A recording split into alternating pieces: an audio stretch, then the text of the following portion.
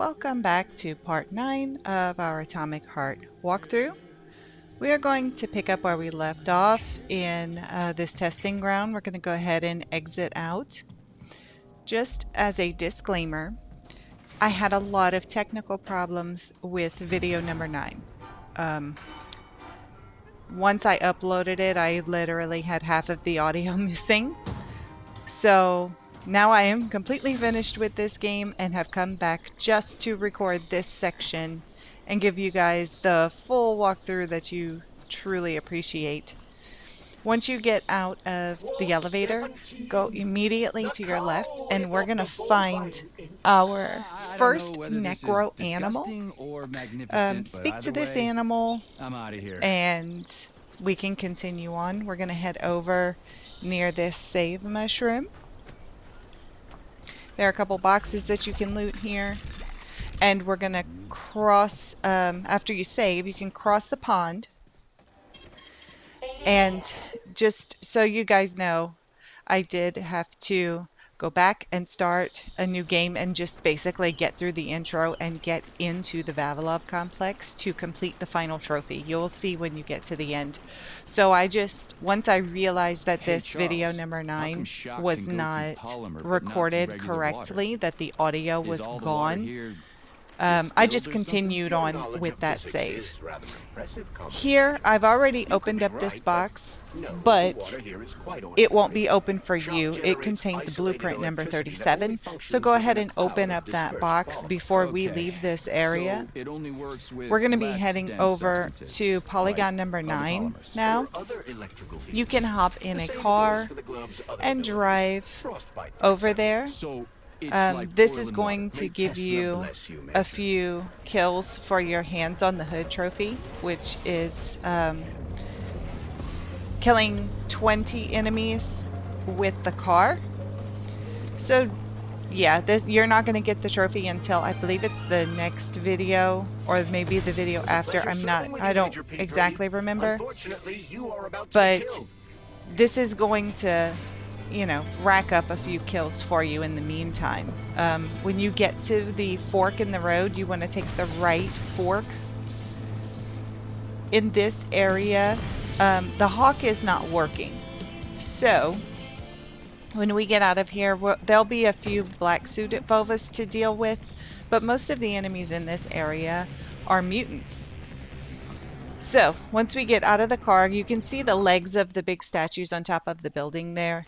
You want to get out of the car near that because we need to do a little bit of exploration in this general area.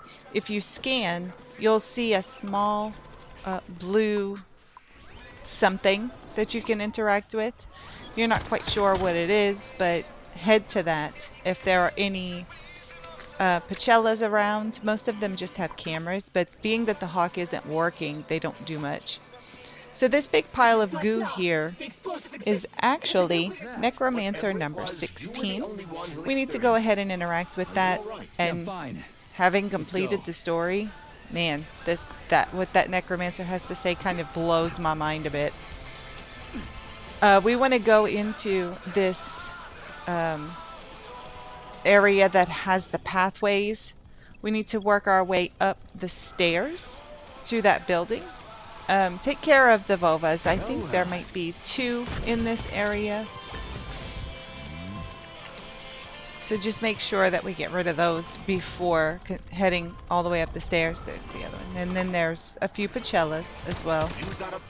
They go down pretty easy. Sorry about the stuttering. For some reason in this area, this is actually the second time I have attempted to create a video for number 9. And in both of them, I have a stuttering issue in this area. It's much better in this video than in the one that I tried to record before. I actually had to get rid of all of that footage and start again because the stuttering is just so bad. So please, if you see a couple of spots, it's probably maybe 3 or 4 spots, you'll see some stuttering. Please forgive me for that. Come all the way up the stairs that are on the left side. And at the little table with the umbrella, we are going to find Chirper number 30. Don't forget to pick that up. It's very important. Will vindicate us. Collective is an important step towards something bigger than communism or socialism. If you head over to the left, you can see a small village. You can see the rooftops just down the hill from where we are. That's where we're heading. You're going to see me scanning these grassy areas a lot. Mainly because I am I'm looking for a chirper, and we're going to talk about this in later videos as well. And being that I started a new playthrough, not a new game plus, a whole new playthrough, to get the last bit of footage I needed after completing the game, and I'm just continuing on, I'm checking to see if this chirper is actually a real glitch that can't be avoided, and I'm starting to think that it is. So if you see me scanning a lot in the grassy areas, that's what I'm looking for, a chirper. Now once we get down the hill into this little area, you're going to be dealing with a ton of mothers, sprouts, and mutants. And I think we run across 2 of the large mutants, but most of them are just regular. I mean, there'll be fire mutants and poison mutants, but as for the large ones, there should only be 2. So we're not looking for any collectibles right now.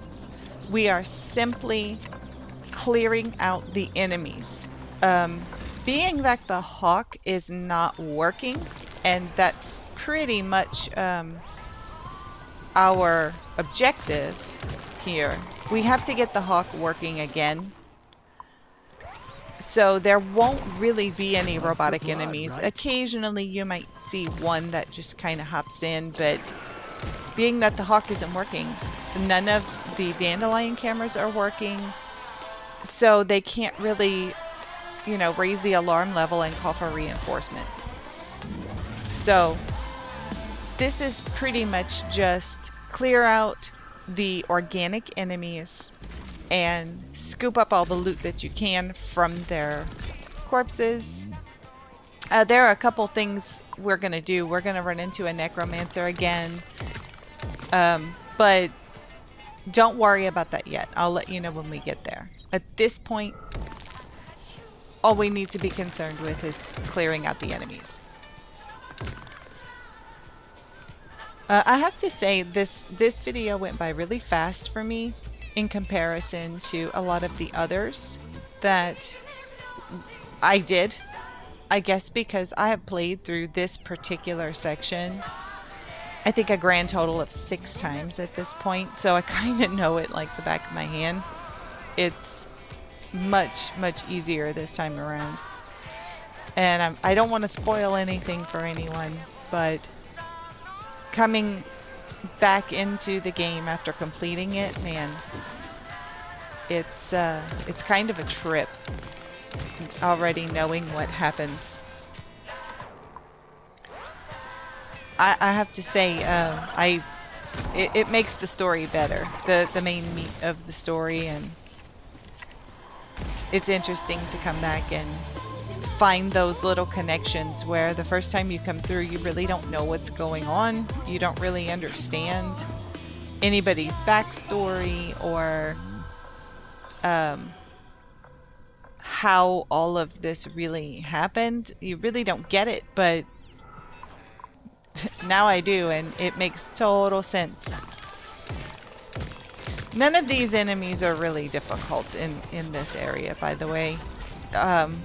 You might have a little bit of trouble once you get to the large mutants, but overall, this is pretty much a piece of cake. And if you'll notice, I am not upgraded in the same way. I pretty much ran through full speed to hurry up and get to this area so that I could replace the broken video 9 in time before it actually is made public for everyone to see. So I did not do I did the testing area that we started this video in, but I did not do the one before that. So you're going to see a couple of things that are just a little off, such as my weapon upgrades. They're not the same. So don't pay too much attention to that. Here, mostly you just want to be concerned with doing the same things that I do. Don't pay too much attention to my upgrades.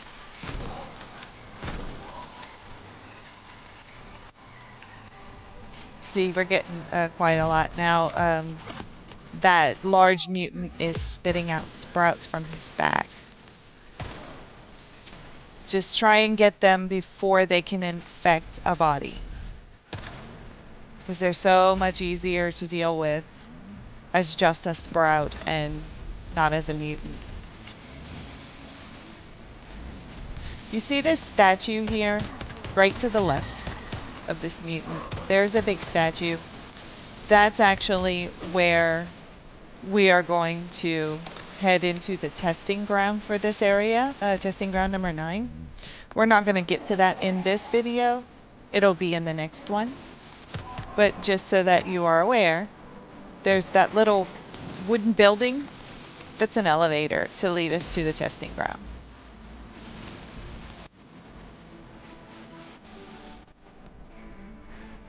Here I'm just scanning for any enemies I may have missed, and of course I did miss one. I think this area is almost completely cleared at this point.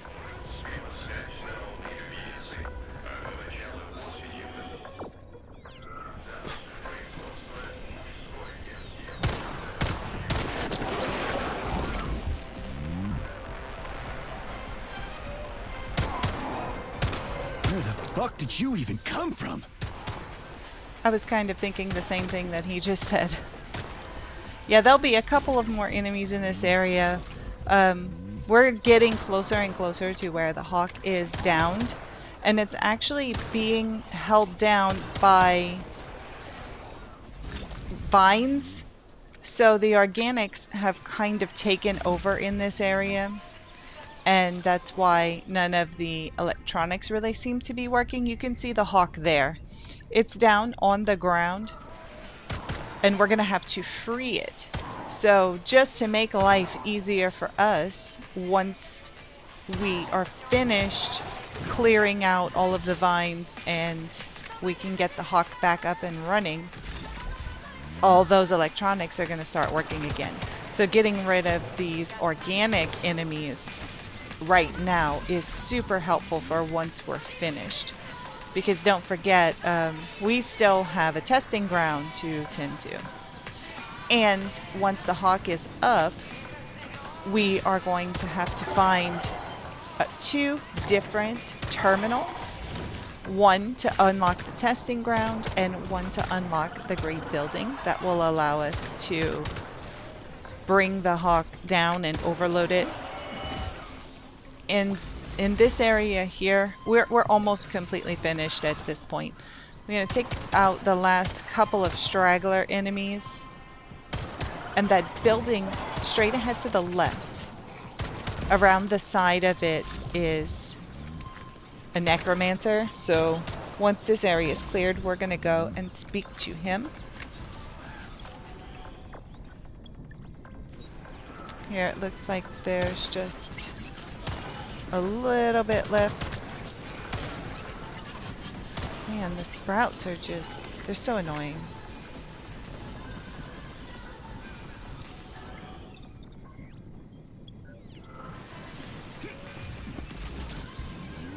And those green, the green sprouts that are poisonous, they don't drop any loot. They just leave poison behind. Here's that Necromancer, it's number 17. Be sure and speak with him. He's got some interesting stuff to say. Hey, what happened? I presume his polymer memory suddenly expired, Comrade Major. Let's move on. We have a lot of work to do. Once we've talked to him, we're going to come back and do this again in a later video, but just to show you guys, if you leave that Necromancer, there's a little blue building, there's a red flag, and there's a tree next to the red flag. Right here, we are supposed to have Chirper number 31. And you can see the title of it when you look at the grass. It pops up every time you look at that area. But there's no Chirper there. After probably 10 times total of just coming and checking that area in multiple playthroughs and sometimes multiple times in the same playthrough, just doing different things and then coming back, I can safely say that that Chirper is glitched. And when you get to the end, if you have not popped the Burning Ears trophy, I will show you how to get it. It's really not difficult. It's just a little bit time consuming, but I can't come to any other conclusion because I've done it too many times and it's always the same result, that the Chirper is not there. It is supposed to be there, and I have checked all around this area in all of the grassy areas, just looking to see if maybe it's somewhere else. It's not. That Chirper is just glitched. So later on, you'll see me talk about that again. I will say, you know, the Chirper 31 is glitched. But that's a completely separate playthrough than this one, and it just goes to show it's just not there. Anyway, we're going to come into this save mushroom and save our game. You can do some upgrading. Again, my glove upgrades, they are not going to be the same. You're going to see me upgrade something, and later on, I'm going to upgrade the same thing. But it's okay, because like I said before, you don't have to do what I do. You can upgrade as you see fit. However you would like to do your glove or your weapons, it's completely up to you, and there's nothing that absolutely needs to be done at this point. So just do whatever you think is best. We're gonna go and free the hawk. So all of the enemies are going to be organic enemies, just so that you know what's coming up.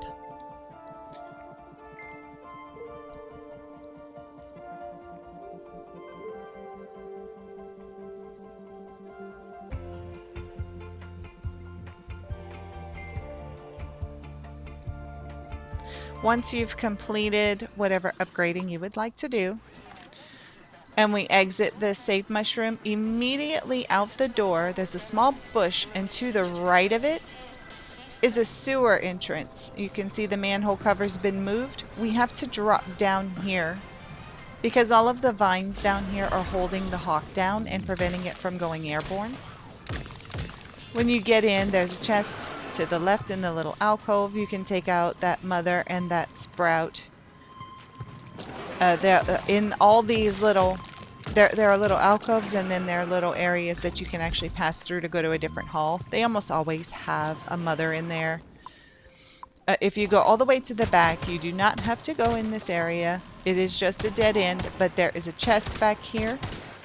You're one sick You can get rid of all these enemies and collect that chest if you like. But you don't have to. The chest doesn't hold anything necessary. It doesn't have a blueprint or anything like that. And the area is not too hard either.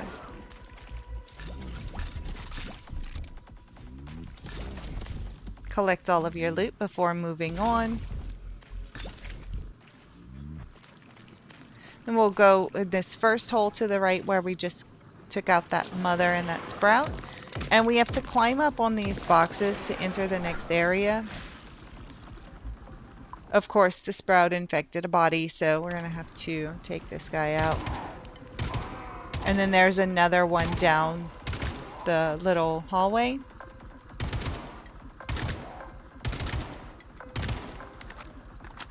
Nothing too difficult. To the right, there is a longer hallway, and it is full of mothers and sprouts and dead bodies. So do what you can to clean up that area. Most importantly, it's taking out the mothers so that they can't produce any more sprouts, because in here you can see it's a sewer. It's full of water, and there are bodies hidden underneath the water in several places. So those sprouts, they can be devastating. I've had it happen where you get swarmed and you don't even realize why, because there are so many bodies hiding under the water. We're going to go down this hallway and collect all the loot along the way. And we're going to go to the right. We'll have more mothers. That's why I'm using that little, is it a dynamo, I think it's called. We're going to use that to make sure that we have plenty of ammo in our electro, because the electro is great for the mothers and the sprouts. It doesn't work very well on the mutants, but it's great for the mothers and the sprouts. Here we're going to have over there's a mother and it's spitting out sprouts. And we have a large mutant, and there will be a couple of regular mutants as well. So we're going to have to take these guys out. There are 3 chests in this room that we want to be able to open. So we've got to get these guys out of here.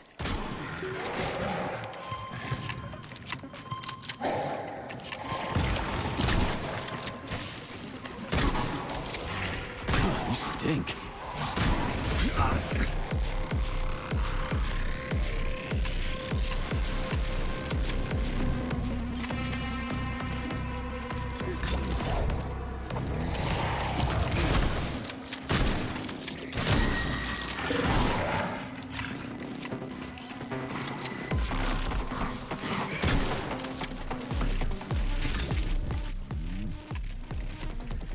Now once this area is cleared, you'll see I'm going to open up the chests and you're going to see some blueprints. Don't pay any attention to those blueprints. That is only because I did not, when I came back and replayed all of this, I did not do the first testing ground that you've already seen me do it in a previous video. I did not do that. So don't worry too much about that. However, this does show that if you miss blueprints, there are still other times within the game that you can find them. So I guess that's a good thing, because if you miss them, they can be made available in other areas. Now, we just headed out, because there's only so many ways you can go. We went the only other way that we could possibly go, and we are met by a large mutant. Take him out. He's annoying, but nothing too serious.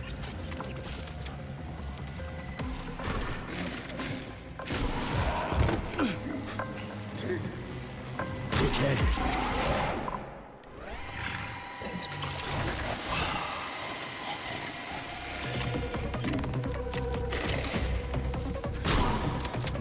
You stink.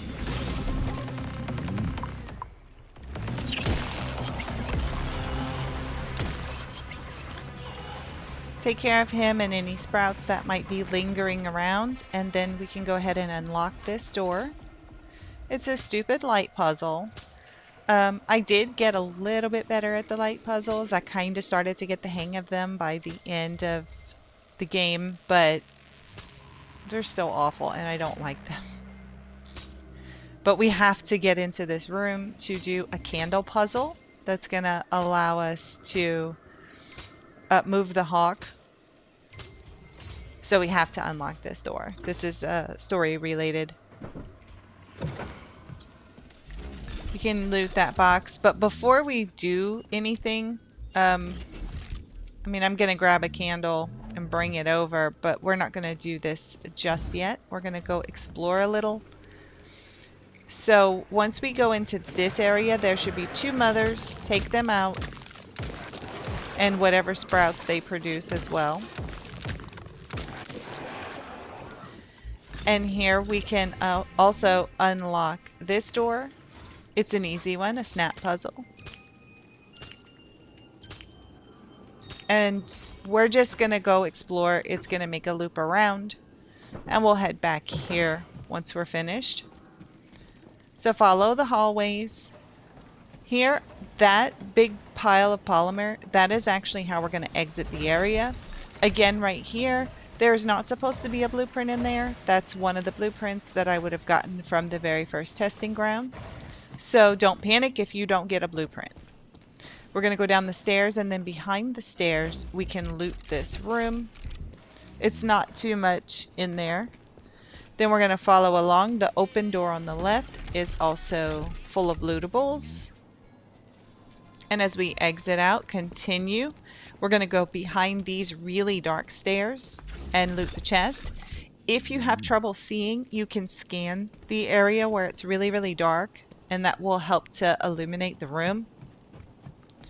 Go up the stairs, and when we come out, we're right back at that door we unlocked to go into that area. So now we can go ahead and do the candle puzzle. You can see the candle did not stay in the tube. I'm not sure why. This is pretty much the same puzzle that we did in the Vavilov complex, except it's the opposite. So instead of having to cool off the boilers, we need to get the boilers boiling so that we can get rid of all of this flora that has grown in the sewer. These vines are growing out of the sewer and have attached themselves to the hawk and is preventing it from going up in the air. There are 4 boilers, so just go ahead and move the candles along the tubes until all 4 of them are boiling.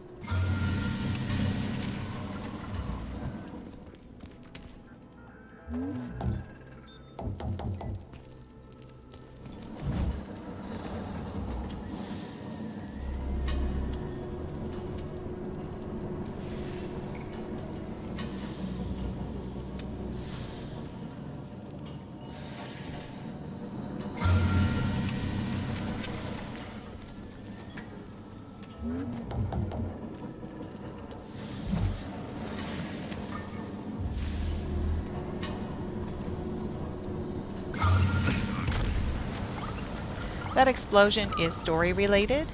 Don't panic, don't worry, it's not going to take off any of your health and you can't avoid it. Once that is finished, we're going to head back through the door we explored through, and instead of going left, we're going to go to the right and jump straight into this polymer goo. And when we come out, we're actually in the water, so you'll have to push the button to exit the polymer, and then we're going to swim through this tube. And when you get to the end, turn to the right, and you'll see there's a dock that we can climb onto. And once you go up the stairs, at the top, you'll see that Necromancer we talked to over on the right. So now you can see all the dandelion cameras are working. So we're heading over. You can see where the purple lines are. We need to get to the terminal that is controlling the dandelion cameras. So just head pretty much straight for the statue way at the top of that building. If you see dandelion cameras along the way, you can take them out or you can just run past them. There's a bumblebee on top of this blue building to the right. That's where we need to go. So we're going to climb up on this green box, hop over to the yellow pipe, climb all the way up, go over to the left, and then jump onto that platform. Jump up to the next platform, and up on the roof, we're going to see our terminal. Go ahead and access that. Check out the available cameras. Several cameras should enable you to unlock the testing ground. Here you can see even behind the door, behind the wall of that building, we were able to unlock the testing ground. And here, just to double check, I'm going to choose the camera on the opposite side. You see the statue there? That's where the lock is, and it's not giving me a prompt, so that means that we have already unlocked it. We can exit out of here. Don't jump down, you'll take fall damage, so come back and just go down the platforms.